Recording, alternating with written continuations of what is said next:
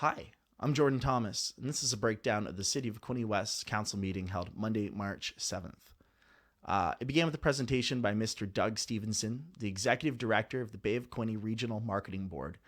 He began with the 2021 CBRE National Hotel data, which showed Bay of Quinte region at 52.6% occupancy, which is 8% above the Ontario average and 11% above the Canadian average. It also has a 2% growth over the pre-pandemic 2019 numbers. The average short-term rental is up 22%, up to $290 per night, and the residential sales are approximately 25% higher. This leads into the public input section. There were 7 comments in total. 6 of the 7 comments were requests for revision of the City of Quinte West mandatory COVID vaccine requirements for employees, students, committee members, volunteers, as well as contractors. The council members do not comment on public input. It is just something they take into consideration. The first big issue was 9.1A, which is a resolution that council delegates authority to Chief Administrative Officer for the period of August 19th to December 5th, which is the election period. Elections close August 19th, so that's kind of like the in-between transition, to deal with all matters related to the provisions of Section 275 of the Municipal Act, inclusive to the following, should council be in a restricted position. So if there's less than 10 councillors that are currently on board that run again, it puts us in what's called a lame duck situation. So the points are the appointment or removal from office of any officer of municipality, disposition of any real or personal property of the municipality, which has a value exceeding $50,000, and making expenditures or incurring any other liability over $50,000. And again, this delegation of power only happens if it is in a lame duck situation, okay? And again, the election closes on August 19th, so that's good to know.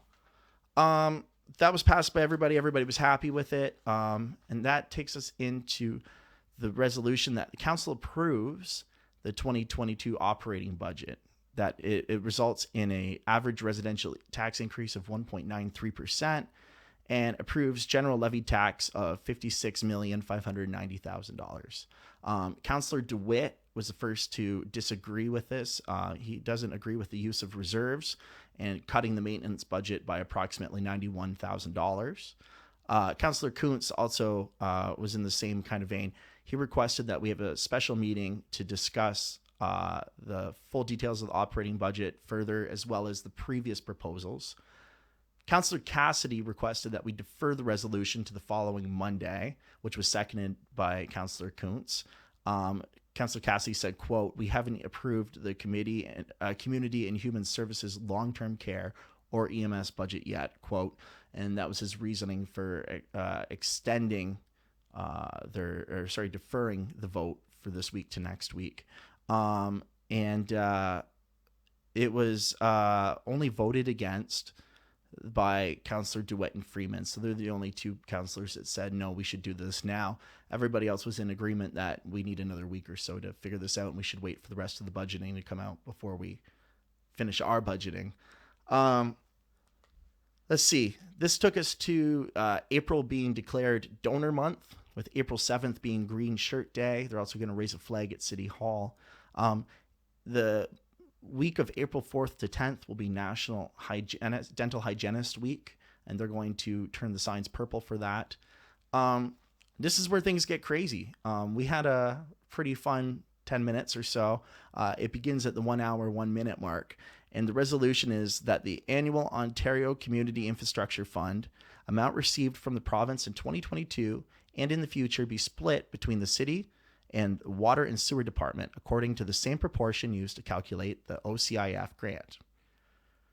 Now, this is a subject that they weren't allowed to talk about in open council yet, but Councillor Freeman asked for some clarification as to whether or not they would have further information provided to them to clarify on some issues, in which Councillor Harrison began to kind of elaborate on what was going on. That led to Councillor Freeman and Councillor O'Neill saying that we're not allowed to discuss this publicly. We have to stop. There's kind of a little bit of an exchange back and forth between the 3, but it ended with Councillor Freeman saying that, quote, to Mr. Harrison, quote, "You alluded to the fact it might even be illegal. That does not sound like a discussion," end quote. To which Councillor Harrison said, quote, "What I said was the provincial government says that it is to be revenue neutral," end quote.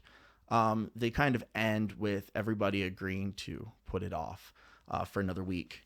And this takes us to the end of the council meeting, which ended more or less with Councillor O'Neill inquiring as to when council will be back in person.